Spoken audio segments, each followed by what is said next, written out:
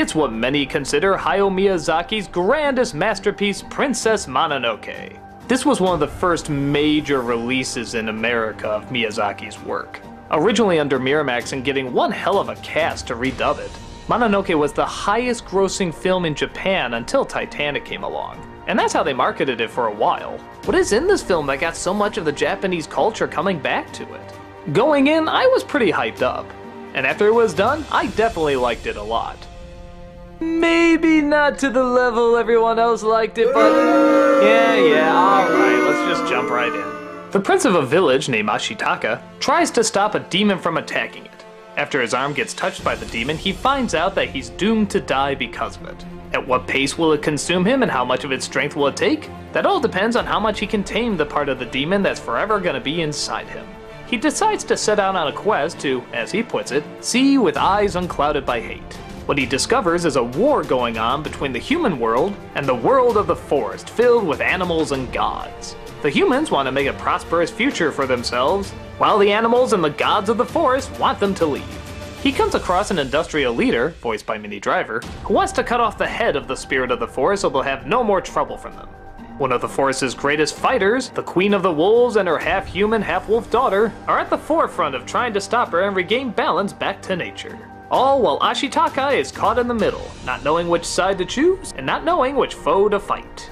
The movie has a lot going for it. In fact, I think you could argue this is probably Miyazaki's most adult work. Not just because of the violence and gore, though there is quite a bit of it, but because its message is not so obvious and blatant. At least, not in terms of movies that have done it in the past. What's the route this could so easily go? The Ferngully, Dances with Wolves, Pocahontas, Avatar bullshit where the humans are evil, nature is good, the end. But one of the great things about this film is that there is no real villain. Even Minnie Driver's character is very likable. She's helping to cure the sick, she's a great motivator, she brings people together. She knows the tragedy of war and she listens to the people who have lost so much. There's also other side characters that could so easily just be seen as villains, but they put it very straightforward that there are no real bad guys in this world, there's just people trying to get what they can. Trying to survive, trying to be comfortable, trying to be prosperous. It's a very human as well as animalistic trait. And that's part of what makes it so clever. It's showing that the humans and the animals are very much alike, but not in the same way that, oh, we shouldn't fight them because we're so similar, but in the way that this is the reason why we're fighting, because we are too similar and we both want the same thing. Lots of land and lots of means to survive a very long time. It's funny because when I reviewed Nausicaa, a lot of people were comparing it to this movie, like which one did it better, which one was stronger, and a lot of people seem to lean towards this one. In a sense, I kind of agree. I think this movie has much better characters. I think its message is a little bit more direct, but it's also a little smarter. It ties in much more to what's happening nowadays and will probably happen in the future. Where Nausicaa had this really big story that went all over the place and could kind of do it because it was so large in scale, Mononoke feels like a smaller story yet kind of tries to do the same thing. It goes everywhere and back again. We cut back to so many of these same locations like 3 or 4 times. And don't get me wrong, I like these locations, but there's only so many times I can see our main character walk back and forth between them. It was definitely a film where before the climax I was kind of looking at my watch saying, how long is this movie? Not that I wasn't enjoying it, but I was definitely noticing the length. And definitely felt it could have been cut at least 10-15 minutes. Just take out a couple more scenes of him running to the other side saying, wait, stop!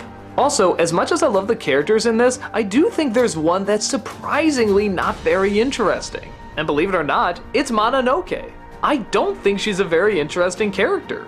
And she should be.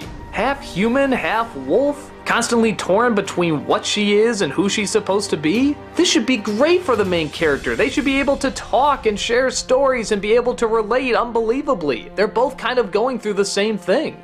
But most of her dialogue, voiced by Claire Danes, is mostly just her shouting, no, I'm a wolf, no, I'm a wolf. Which is so strange because Miyazaki is so good at these kind of characters. The young heroine who's action-packed but doesn't know which route to take. He usually writes them so well, but this one is just so whiny. I have no idea why the film is named after her. It would have been neat if she played as big a part as Ashitaka. It would have been nice if she was just as complex as he was. But as is, she just didn't do anything for me. I know that's so weird because she's like the big icon from the film, but outside of her design, I think she's a real missed opportunity. But thankfully, like I said before, the rest of the characters are very interesting. And their dilemmas are very understandable and relatable. This is about the majesty of the forest and the majesty of mankind, both evolving too fast for their own good and trying to figure out where to level out. I do really like this film, and there's even elements of it I absolutely love. I think if it was just a bit shorter, a little less complicated, and the Mononoke character was made more interesting, it could have been something phenomenal. At least from my standpoint. I know to a lot of people this is phenomenal, and I can totally see why. The voice acting, the imagination, the writing, it's a strong piece. I guess I just don't quite see it as the masterpiece that everybody else builds it up to be. I do have issues with it that hold me back from absolutely adoring it, but the stuff that's good is just too damn good to overlook. Whether you love it, like it, think it's mediocre, or even don't like it at all, it's a good film to check out because there's just too many interesting things in it. I can't see anybody going to see this film and just saying there was nothing to get out of it. It's an impressive feat and everybody should check it out at some point. I just can't call it the Lawrence of Arabia of animation like everybody else does, but I still think it's a pretty damn good movie.